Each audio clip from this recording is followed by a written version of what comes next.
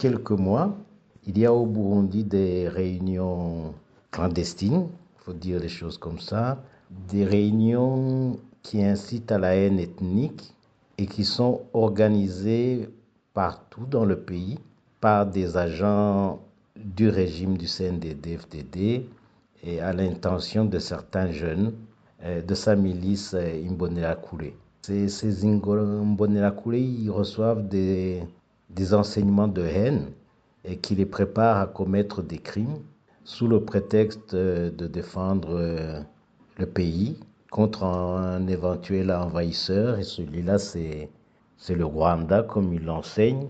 Et comme il enseigne encore, cet envahisseur serait soutenu par les ethnies Tutsi et les opposants Hutus, qui sont présentés comme des traîtres au régime. Et ce discours, c'est un discours de dirigeants du pays, des dirigeants extrémistes Hutus.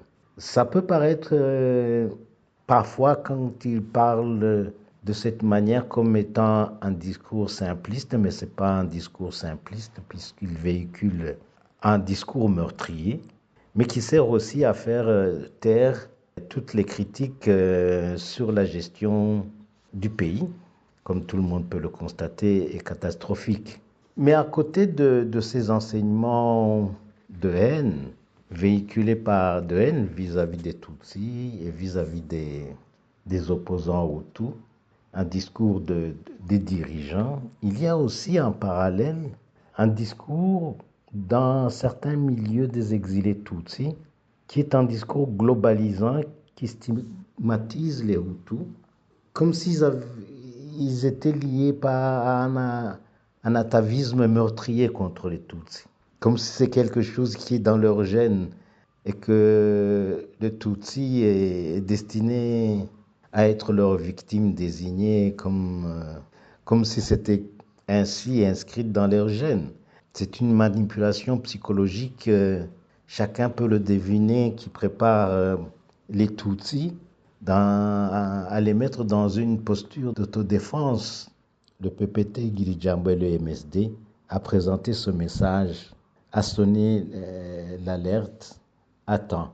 En ce qui nous concerne, les deux parties, nous sommes, nous le répétons, partisans d'un dialogue franc et inclusif entre Barundi, et les deux parties sont déterminées à lutter contre ces extrémismes ethniques. Mais nous appelons aussi la communauté internationale.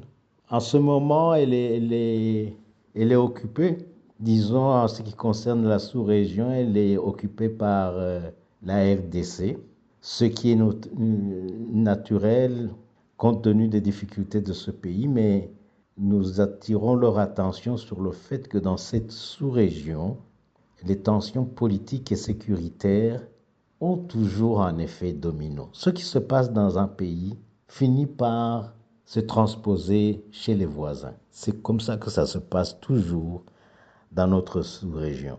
Et donc de leur rappeler que ce qui se passe au Burundi, ils doivent s'en préoccuper.